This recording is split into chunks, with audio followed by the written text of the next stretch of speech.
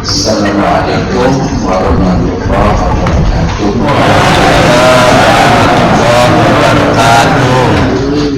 Alhamdulillahilladzi arsala rasulahu bil huda wa dinil haqqi liyudhhirahu 'ala ad-dini kullihi walau karihal musyrikun. Asyhadu an la ilaha illallah wa asyhadu anna Muhammadar Rasulullah. Allahumma shalli 'ala nabiyyina Muhammadin wa 'ala alihi wa ashabihi ajma'in. Ibu bapak jemaah yang dirahmati Allah Subhanahu wa taala, alhamdulillah kita bersyukur pada Allah Subhanahu wa taala sore hari ini bisa berjumpa kembali dan mulai belajar buku yang baru ya. Anjuran materi kajian lansia meraih istiqomah dan husnul khotimah di akhir sudah.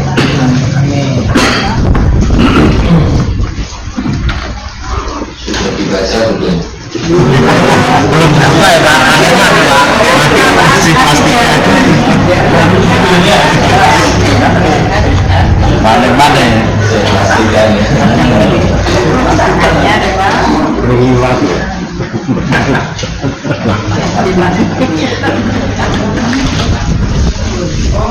Imam Syafi'i itu muridnya Imam Malik. Imam Malik adalah ulama pertama yang berhasil menyusun hadis-hadis Nabi dalam satu kitab, namanya Kitab Al-Muwatta. Kitab Al-Muwatta. Nah, sebelum Imam Syafi'i berjumpa dengan Imam Malik, Imam Syafi'i itu sudah menghafalkan Kitab Al-Muwatta. Baru datang pada Imam Malik untuk minta belajar dulu. Kalau dipraktekkan sama Pak Indonesia itu rasa pengaji. Jangankan menghafal bacanya aja dulu. Baik, kita hanya ingin bercermin bagaimana ulama dan orang-orang saleh terdahulu di dalam mengkaji ilmu luar biasa kesungguhan. Sebelum belajar kepada seorang guru, kitab apa yang dipelajari itu sudah dihafalkan terlebih dahulu. Maka metode ini yang kemudian dipraktekkan di banyak pesantren, metode menghafal matan kitab. Isi kitab dihafalkan terlebih dahulu, Domradom Musangir. Setelahnya adalah kajian terhadap kitab yang sudah dihafalkan. Baik, Bapak yang dirahmati Allah Subhanahu wa taala, mengawali belajar dari buku ini, yang bisa buka terlebih dahulu di halaman 5 Romawi. Pada bagian pengantar penulis, saya bacakan beberapa alinya saja yang menjadi landasan pemikiran penulis dalam menyusun buku ini. Sehingga ketika kita mempelajarinya pasti korupsi, sehingga nanti membantu kita terlebih mudah di dalam memahami. Di halaman Al-Romawi punya pengantar penulis pada mulai alinea kedua ya. 2, 3, 4 2, 3, 4, 5 alinea 2 sampai alinea 5. Kita akan baca terlebih dahulu di sini sebelum nanti masuk pada materi.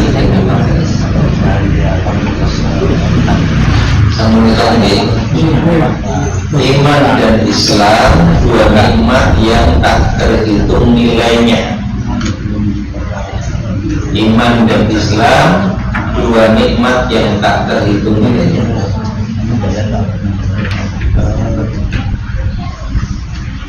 Bagaimana memahami ini? Seseorang yang beriman dengan benar, maka Allah akan karuniakan ketenangan batin.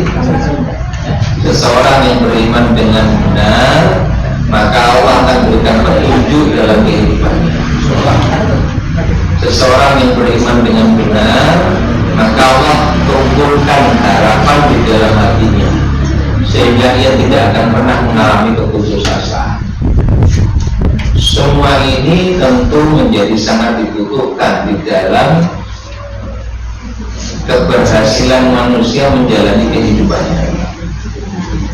Tanpa iman apa yang kita dapat? Yang kita dapatkan apa? Karena itu iman merupakan nikmat yang sangat besar. Begitupun Islam, karena ia menjadi petunjuk praktis dalam menjalani kehidupan secara benar, sehingga menyelamatkan dan membahagiakan. Maka tanpa Islam bagaimana kita bisa merasakan kenikmatan hidup? Sehingga tanpa keduanya kita tidak akan pernah mendapatkan nikmat yang sebenarnya. Tidak semua orang mendapatkan kedua nikmat ini. Perhatikan, tidak semua orang mendapatkan nikmat iman dan Islam. Inilah hidayah terbesar yang diberikan Allah kepada hamba-hambanya sebagai pintu pembuka menuju kebahagiaan hakiki. Hidayah terbesar sebagai pintu pembuka menuju kebahagiaan hakiki. Inilah petunjuk Allah yang dengannya sebagai jalan menuju surga, tidak ada jalan yang lain kecuali iman dan Islam. Semua orang menginginkan hidup dan matinya dalam keadaan Islam dan iman. Wala tamutunna illa wa antum muslimun. Jangan sekali-kali mati kecuali dalam keadaan muslim. Seorang muslim di akhir hayatnya meninggal dalam ketaatan berarti husnul khatimah. Saat meninggalkan dunia, ia dalam kondisi taat, itu berarti husnul khatimah, penutup usia yang baik. Berbagai kebahagiaan dan kenikmatan siap menjemputnya. Kalau husnul khatimah didapatkan, sudah tinggal ia menunggu akan mendapatkan apa yang dijanjikan oleh Allah, kebahagiaan dan beragam kenikmatan. Tetapi sebaliknya, jika meninggal dalam kemaksiatan berarti su'ul khatimah, penutup yang buruk. Akhiratnya akan dipenuhi masa-masa sulit, gelap, penuh penderitaan dan siksa yang tiada berhenti. Penentunya adalah menutup sebelum dunia kita tinggalkan. Setelahnya kenikmatan, ya, yang sangat banyak berlimpah atau penderitaan yang tidak pernah berhenti. Tua itu pasti, tetapi dewasa belum tentu. Tua itu pasti. Kalau sekedar tua usianya dijangkiti tua diri, tetapi kedewasaan itu tidak bisa, ya, tanpa melakukan upaya untuk meraih. Banyak orang tua lupa diri dan enggan mempersiapkan bekal kematiannya. Seharusnya kalau sudah tua harus lebih waspada dengan datangnya kematian yang dapat terjadi setiap saat. Memang kematian tidak mengenal usia, tidak harus tua, tapi kalau tua itu sudah pasti lebih dekat. Wayai. Ya, waktu, tempat, kapan, dan caranya menjadi rahasia Allah.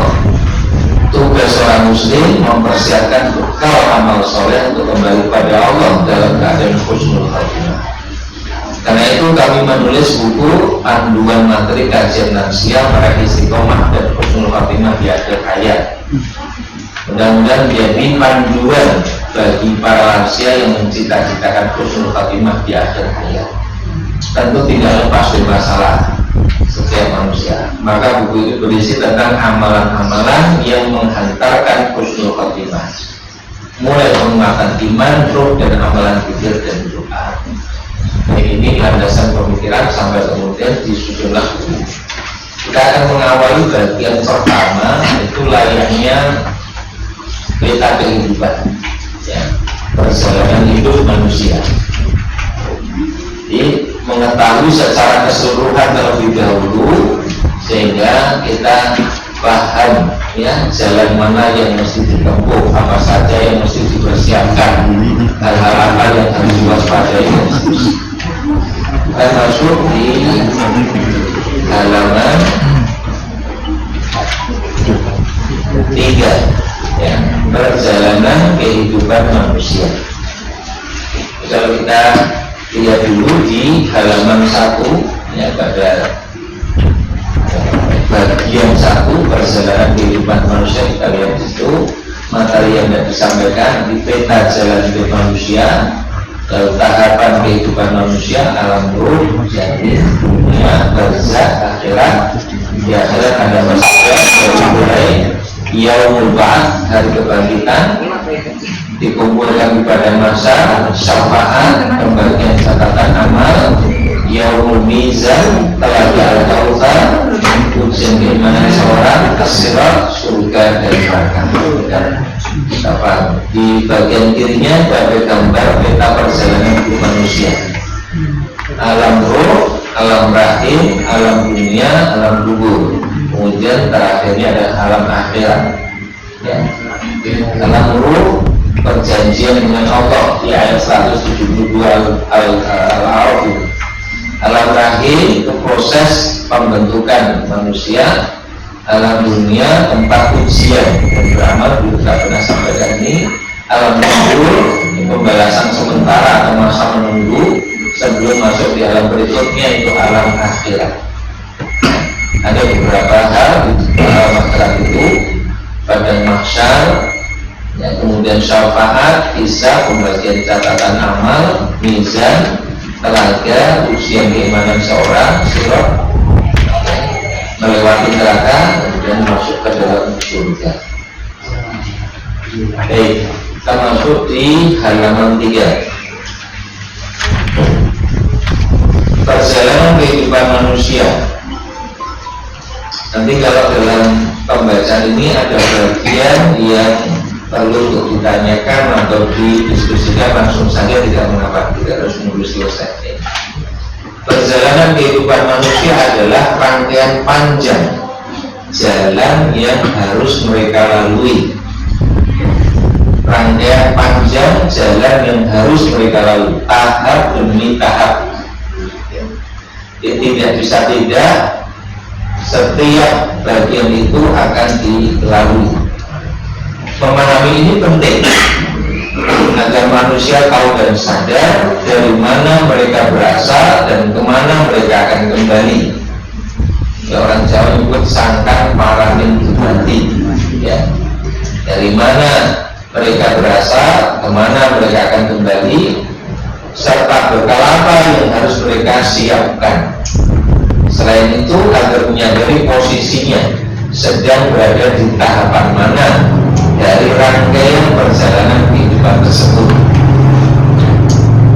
Dunia adalah salah satu tahap perjalanan kehidupan manusia dari tahap-tahap lainnya. Sayangnya banyak manusia terjebak dalam perjalanan dunia yang penuh gemerlapan dan lupa masih ada tahapan lainnya yang harus dilalui.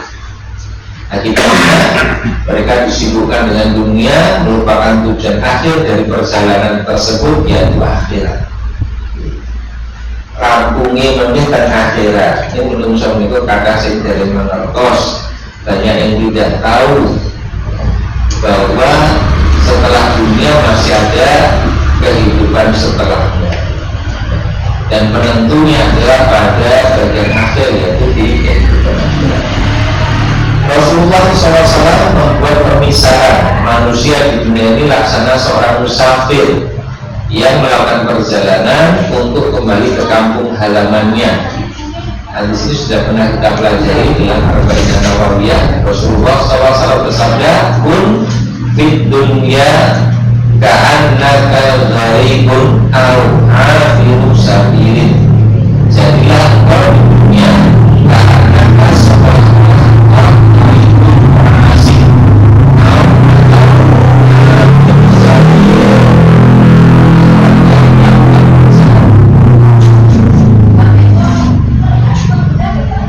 Abdullah ibn Umar, seorang sahabat Nabi, juga pernah mengatakan, "Idza amsayta sholat. Ini dalam Arba'in diungkapkan sebagai perkataan Ibnu Umar setelah ia mendengar sabda Nabi pun di dunia ka'annaka gharibun.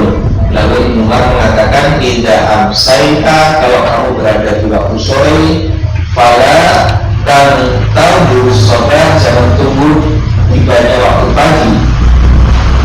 Wa idza asbahta, kalau kamu berada di waktu pagi, fala tantazir masa, jangan tunggu datangnya waktu sore. Wa khudh min sihhatika li maradika, dan pergunakan waktu sehatmu untuk waktu sakitmu. Wa min hayatika li mautika, dan pergunakan waktu hidupmu untuk kematianmu. Artinya kita berada di waktu kapan, gunakan itu untuk segera melakukan amal. Jangan menunda waktu dan kesempatan untuk melakukan pada waktu yang diharapkan. Di waktu yang Allah hadirkan, segera isi dengan amal soleh, amal ketaatan yang dibutuhkan.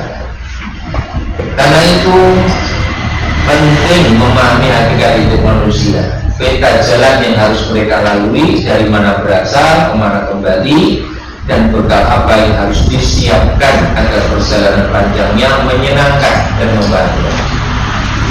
Peta jalan hidup manusia, mengenal peta perjalanan kehidupan manusia adalah perkara yang sangat penting, karena dengan memahami peta perjalanan kehidupan tersebut, manusia akan mengetahui di mana posisi mereka berada saat ini dan hendak kemana. Dunia ini bukan tujuan akhir, tetapi tempat singgah sementara untuk mengumpulkan bekal perjalanan yang panjang. Manusia hidup itu melalui beberapa tahapan, seperti alam ruh, tahap ketidakadaan, alam rahim, alam dunia, alam barzah atau kubur, dan alam akhirat. Berikut ini ilustrasi sederhana peta perjalanan hidup manusia yang sudah kita sampaikan di awal. Tahapan kehidupan manusia, Allah Subhanahu wa Ta'ala mengingatkan pada manusia yang ingkar dan kafir kepadanya, mengingatkan perjalanan manusia dan asal usulnya, sehingga tidak lalai akan tujuan dan tugas hidup di dunia ini. Allah Subhanahu wa Ta'ala berfirman, kaifa takfuruna billah, kaifa takfuruna billah, bagaimana kamu ingkar kepada Allah, iso-isone kok kafir. Wa kuntum amwatan, padahal dahulunya kamu itu mati, tadinya tidak ada, diadakan, tadinya mati, dihidupkan. Fa ahyakum, lalu Allah menghidupkan kamu. Tsumma, kemudian yumitukum, dia akan mematikan kalian. Tsumma yuhyikum, kemudian dia akan menghidupkan kalian kembali. Tsumma ilaihi turja'un, kemudian kepadanya kalian akan kembali. Ini kalimat tanya yang menunjukkan ketakjuban, keheranan. Bagaimana mungkin ya manusia kok bisa ingkar kepada Allah, padahal tadinya dia nggak ada, Allah yang mengadakan. Tadinya mati, Allah yang menghidupkan. Bahkan setelahnya Allah kuasa untuk mematikan kembali dan menghidupkannya lagi. Dan yang pasti semua nanti akan kembali kepada Allah Subhanahu wa Ta'ala. Ibnu Katsir menjelaskan terkait ayat di atas bahwa manusia akan mengalami mati 2 kali dan hidup 2 kali. Ya, tadi wa kuntum amwatan, sebelumnya mati, kemudian nanti tumayum itu pun akan dimatikan juga. Fahyatu, lalu dia menghidupkan kalian, tumayum itu nanti juga akan dihidupkan kembali. Jadi mati 2 kali, hidup 2 kali. Manusia asalnya berupa tanah sebelum Allah Subhanahu wa Ta'ala menciptakan mereka. Hal ini sebagai kematian pertama. Lalu Allah menciptakan manusia, hal itu sebagai kehidupan pertama. Sesudah itu Allah matikan mereka dan pindah ke alam barzah. Ini kematian kedua. Kemudian Allah Subhanahu wa Ta'ala menghidupkan manusia di hari kiamat. Ini kehidupan kedua. Penjelasan mati 2 kali, hidup 2 kali. Kemudian mereka akan dikembalikan pada Allah untuk mempertanggungjawabkan seluruh amal perbuatannya. Manusia itu mengalami 5 tahapan yang pasti akan mereka lalui. 5 tahapan kehidupan manusia adalah sebagai berikut. 1, yang A, alam ruh. Alam ruh adalah alam sebelum manusia memasuki alam rahim, sebelum berada dalam kandungan. Dalam membahas alam ruh, kita mentadabburi firman Allah Subhanahu wa taala sebagai berikut. Surat Al-Isra ayat 85, wa yas'alunaka, mereka bertanya kepada Engkau Muhammad, 'anil ruh, tentang ruh. Qul ruhu min amri rabbi. Qul, katakanlah, ar-ruhu, ruh itu min amri rabbi, bagian dari urusan Tuhanku. Wa ma utitum, dan tidaklah kamu diberi minal ilmi, ya, jadi ilmu tentang roh itu illa qalila, sedikit saja.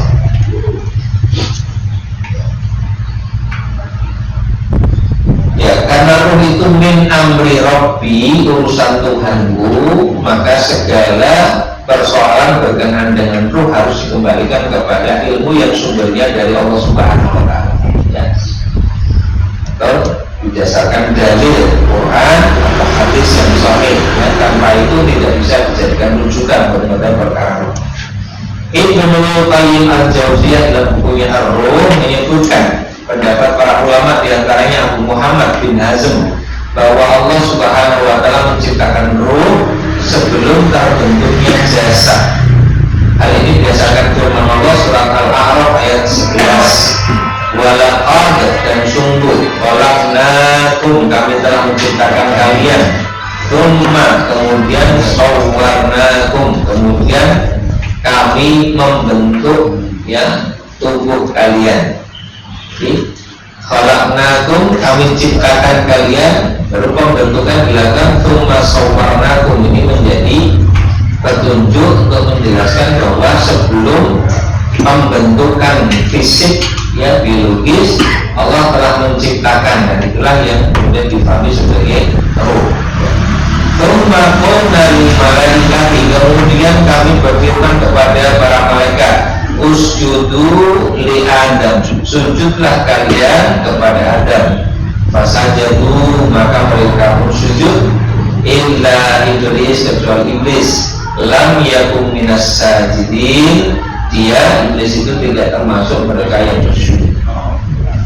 Kata tsumma menunjukkan arti urutan dan batas waktu dari telah khalaqnakum tsumma sawwarnakum. Tsumma pada lafal itu maksudnya, ya, menunjukkan arti urutan dan batas waktu. Ayat ini mengandung pengertian bahwa ruh diciptakan sebelum ada perintah Allah kepada malaikat agar bersujud kepada Adam. Sebagaimana yang diketahui secara pasti, jasad kita ada setelah itu, sehingga pada waktu itu kita masih berupa ruh. Maknanya begitu, bahwa ada alam ruh terlebih dahulu sebelum jasad itu terwujud. Pada tahap ini Allah Subhanahu wa taala mengambil kesaksian dari setiap ruh agar senantiasa di atas fitrah tauhid, mengesahkan Allah Subhanahu wa taala. Di ayat 172 ini adalah pengambilan kesaksian dari setiap ruh. Ya. Jadi ayat 172 itu menjelaskan kejadiannya dan di alam ruh, belum berwujud fisik. Wa in akhadha rabbuka min bani Adam, dan ingatlah ketika akhadha rabbuka, Tuhanmu mengeluarkan min bani Adam, dari anak keturunan Adam, min zuhurihim, dari sumbi tulang belakang anak cucu mereka, anak cucu Adam. Wa ashhadahum, dan Allah mengambil kesaksian mereka, ala anfusihim, terhadap anfus mereka.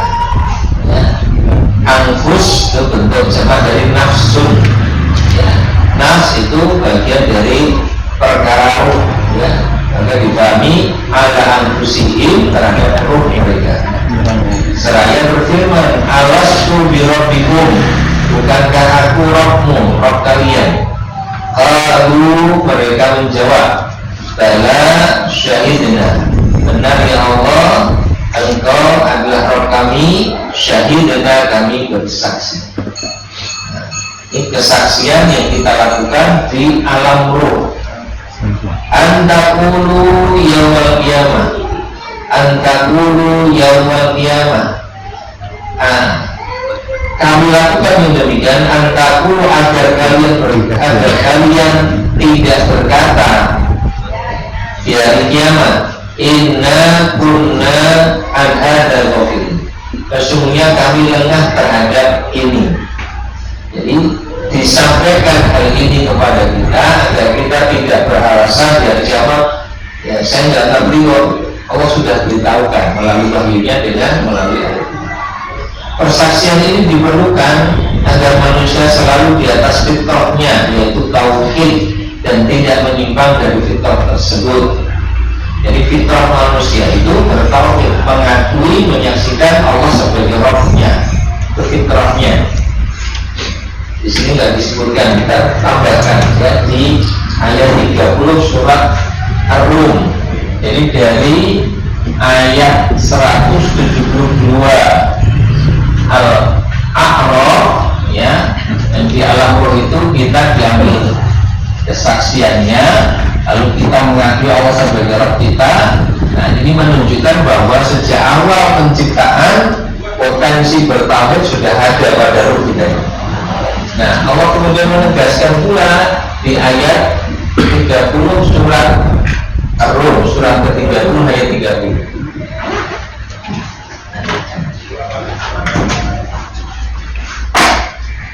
Quran surat 30 surat Ar-Rum ayat 30.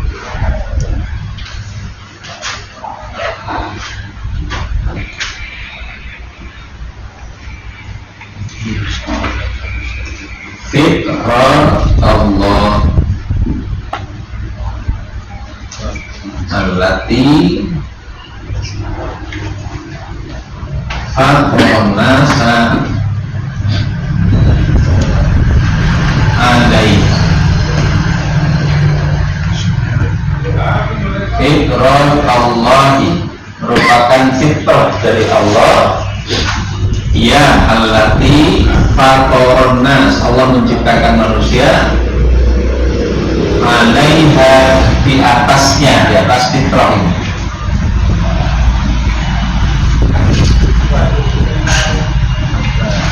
Nah, lalu Nabi menegaskan makna fitrah, di mana Allah menciptakan manusia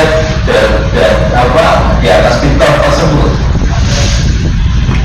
Nabi mengungkapkan kullu mauludin yuladu alal fitrah. Ini hadis riwayat Bukhari Muslim. Kullu mauludin, setiap bayi maulud itu yang dilahirkan orangnya. Maulid itu hari kelahirannya. Bedanya maulud Nabi dengan maulid Nabi apa? Kalau maulud itu orangnya, kalau maulid itu harinya. Maulud itu orangnya, berarti Nabi Muhammad SAW-nya. Kalau maulid, hari di mana Nabi dilahirkan. Dua-duanya benar, maulid Nabi benar, maulud Nabi juga benar, tinggal sing dikarepke sing dulu. Kullu mauludin, setiap maulud itu yang dilahirkan, bayi maksudnya. Yuladu, dilahirkan alal fitrah, dalam keadaan fitrah.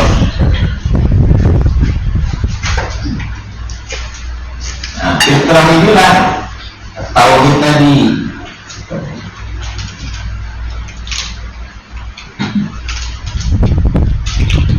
Tauhid dasarnya apa? Nah, di sini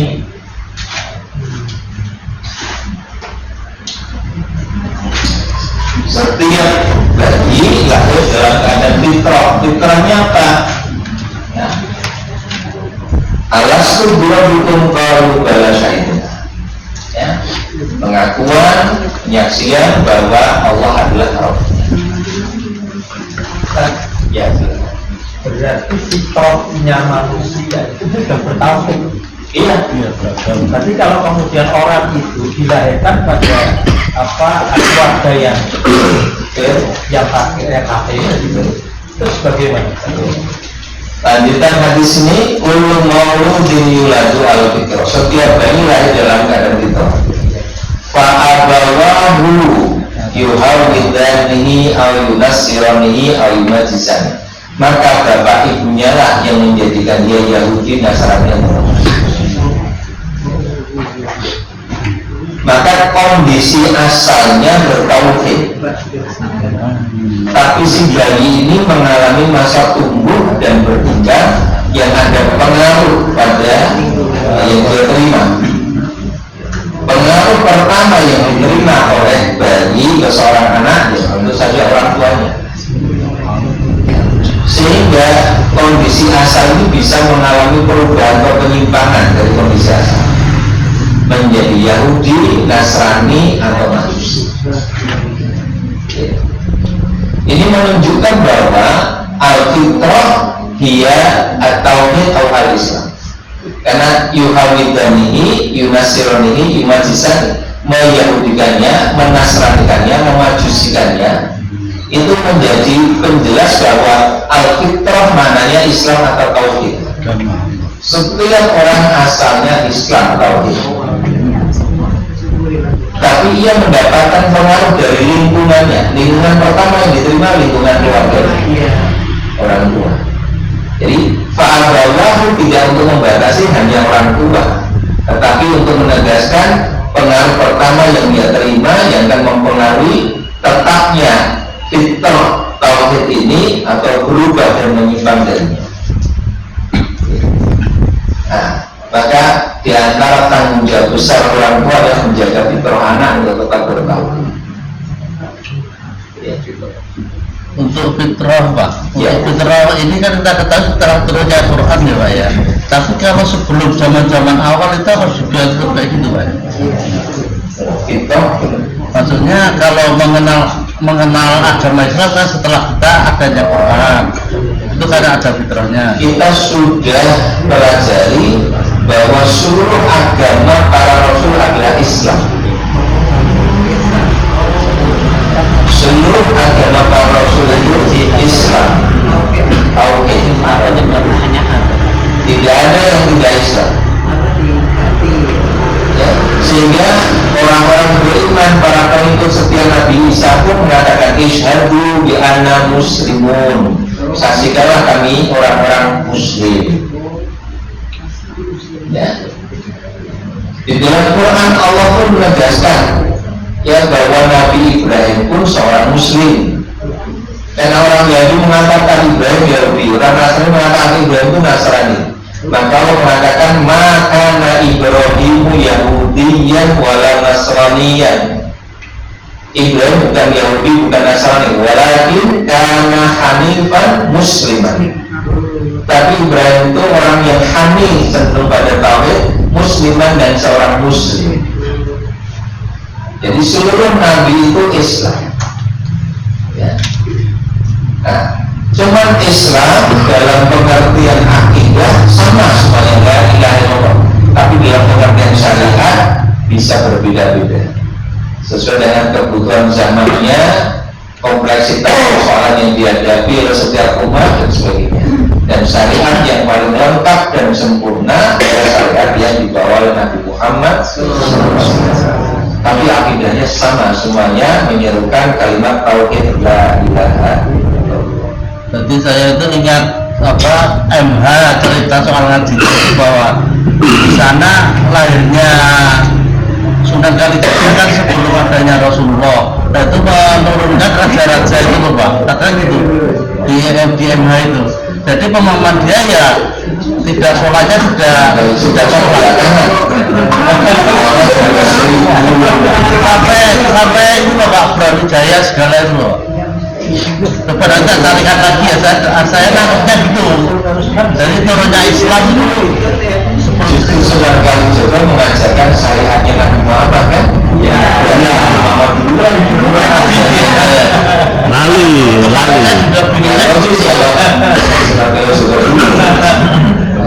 Iya, terkait dengan belum ngopi. cara tauhid bahwa anak yang baru lahir itu berarti yang menyesatkannya dia orang tuanya. Orang tua punya peran sangat dominan, ya, baik dalam menjaga ketauhidannya tetap bertauhid dengan semakin kokoh atau malah menyimpang dari tauhid. Ada dua kemungkinan maksudnya. Kita tidak bisa memutlakkan orang tuanya yang bisa. Kalau orang tuanya orang yang bertauhid, justru dia akan menguatkan ketauhidannya. Nah, kalau orang tuanya memang tidak bertauhid, itu berarti orang tuanya yang bertanggung jawab. Iya, tetapi anak pada usia kalau terkena takdir syariah, dia tidak bisa meletakkan tanggung jawab kepada tua, karena Allah sudah kasihkan akal dan Allah memberikan kepada setiap kita untuk mengajak orang kepada tauhid. Manusia dikasih akal, dikasih indera, kemudian masing-masing kita diberi tugas untuk mengajak manusia kepada jalan Allah. Isinya ya, kalau itu sudah akhir baru syariat itu sudah balik, kemudian juga berakal segera di akhirat tetap ada siapa sih masing-masing yang tadi ya sejak kecil anaknya nggak cuma dan kalau kita kokoh dan kita jawab, nah itulah tanggung jawab sosial kita. Kalau dia memang lingkungannya orang tuanya non-Islam, berarti biasanya kan otomatis anaknya juga akan mengikuti orang tuanya, kan? Jadi orang Islam bisa jadi seterusnya. Apa itu juga tanggung jawab itu diemban orang tua yang non-Islam ini sampai akhir balik juga? Ya,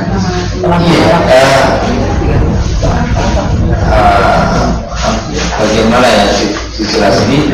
Pertama begini, saya sebutkan tadi tidak dibatasi pengaruh itu oleh orang tuanya saja, karena anak ini mengalami fase pertumbuhan, perkembangan yang lingkungannya bisa bertambah, tidak hanya di lingkungan keluarga. Dia punya lingkungan pertemanan, lingkungan sosial dan sebagainya yang memberikan pengaruh. Ya, maka apakah tetap bertauhid atau menyimpang dari tauhid, pengaruh lingkungan sangat besar. Tapi dia sendiri punya tanggung jawab untuk menggunakan akalnya. Maka Quran sering mengatakan apalah ta'qilun, kenapa tidak menggunakan akal? Pada kita yang sudah mendapatkan petunjuk hidayah, ada kewajiban untuk mengajak mereka kepada hidayah ini. Justru karena itulah kata Nabi diutus oleh Allah, maka Nabi ajak orang-orang musyrik, orang-orang kafir untuk bertauhid. Dan diperintahkan pula pada kita untuk mengajak manusia mengikuti jalan Allah Subhanahu wa Ta'ala. Ayat 125 surat An-Nahl. Nah, orang tua punya tanggung jawab pada anak, tidak membatasi di masa kecilnya. Ya. Kalau si anak itu sudah usia terkena tanggung jawab melaksanakan syariat, dia sendiri punya tanggung jawab terhadap dirinya. Tapi bukan berarti orang lain tidak punya tanggung jawab untuk menasihati, ya, untuk saling saling menguatkan, karena tawasau bil haq, tawasau bis sabr berlaku secara umum, baik ada hubungan nasab orang tua anak maupun tidak.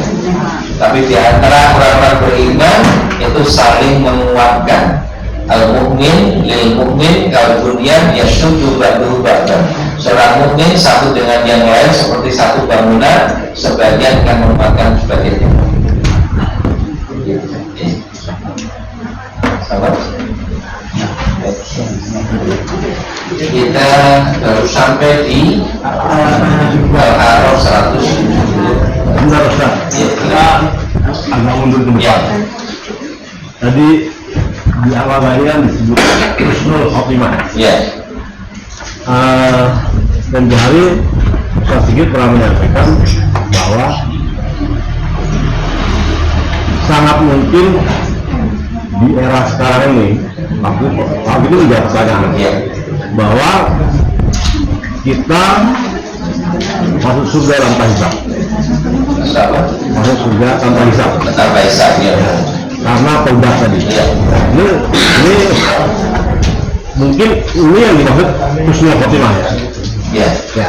Nah, Husnul Khatimah secara pasti ini kan istilah husnul baik, al khotimah penutup, khatam, khotim. Jadi penutup usia dalam keadaan baik. ya.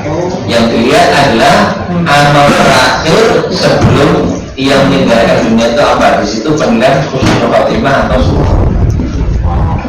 Persoalan dia nanti melalui hisab atau tidak ini tidak terkait dengan masalah apa namanya, kalau tanpa hisab husnul khotimah, kalau pakai hisab tidak husnul khotimah, tidak gitu. Oh gitu. Ya, tapi amal penutup ini saja.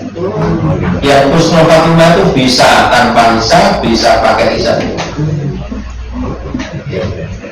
Kalau yang tanpa hisab, ya, berarti di alam kubur ya tidak ada siksa. tidak ada siksa. Nyaman gitu ya. Iya, Allah sudah ampuni. Ada dia menunggu Iya. yang kenyamanan gitu. Iya. Ya. Nah, dulu saya sampaikan, saat masuk di alam barzah masih ada peluang kesempatan satu di alam barzah itu. Apa-apa yang kurang saat kita hidup masih mungkin ditambah atau dikurangi. Ya, ditambah pahalanya, dikurangi dosanya masih mungkin. Ya. Berdasarkan apa yang kita lakukan saat hidup. Jadi ya. Ya, sedekah syariah, ilmu bermanfaat, amal soleh. Sehingga mungkin setelah barzah ya sudah berubah keadaannya. Ya, bisa jadi kan sudah diampuni selama di barzah itu masuk surga. Itu pentingnya memohonkan ampunan ke orang sudah meninggal dunia. Ya, melanggengkan pahala almarhum yang sudah meninggal tadi agar amal kebaikan diteruskan agar terus mendapatkan tambahan. Masih bisa berubah. Iya, yaitu rahmat Allah. Tapi mau beramal sendiri sudah nggak bisa.